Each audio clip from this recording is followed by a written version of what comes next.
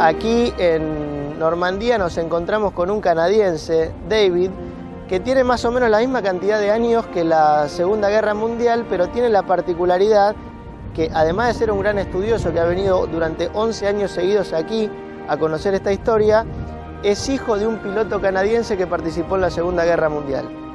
Vamos a buscar entonces a David y vamos a conocer un poco lo que fue la batalla de Point Doc, la batalla aquí en Omaha, y también lo que es el cementerio americano, donde se encuentran 9.000 soldados que obviamente dieron su vida por la causa.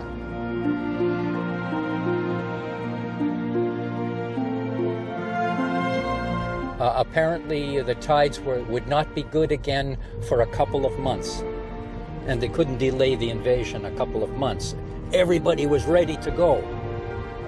Hundreds of ships out there, all with soldiers on board, waiting to go. You know, you can't hold them too long, because then they get seasick. Many of them were seasick. Many of them. If the sea is too high, you can't land safely. Men are drowning in the water. So they postponed it one day because of a storm. Then they had one good day, and then the weather guys said, in 2 days there's going to be another storm. So Eisenhower said, we got to go on the 6th.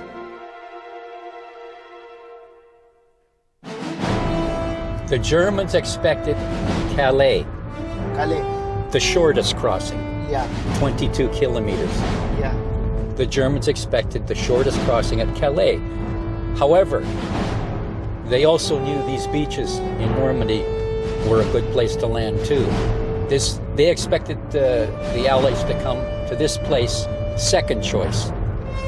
But the Allies came to this place, Normandy, first choice. Here on the beaches were defended by German soldiers in uniform, yes. Many of them were Asians. Many of them were Russian or Ukrainian prisoners of war with German officers. You know, those bunkers had many conscripted soldiers in them, and the sergeant would stand behind them, shoot, and he would say, just keep shooting, just keep shooting. If you turn around, bang.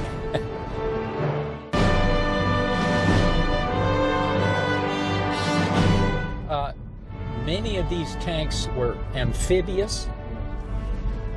They had skirts, like a woman wears, rubber skirts around the edge so that they could float into the beach. And of course, when they touch the sand, then the tracks start to turn. But many of those floating tanks couldn't make it. They couldn't make it. The waves were too big. They swamped. They filled up with water. Many of the men in the tanks drowned if they couldn't escape. Most of the tanks were lost. Very few tanks got on the beach from the boats. In the next few days, many tanks landed, yes. But on the invasion day, D-Day, many of the tanks were lost. Here is the artificial harbor that was right here at exit D. This Vierville is D1, Dog 1. This was the artificial harbor that was out in the sea to unload the ships, put the trucks, the jeeps, the tanks on these floating sections. And the artificial harbor unloaded ships 24 hours a day for 2 weeks, and then there was a huge storm and it destroyed the artificial harbor. And at low tide, you can still see pieces in the water.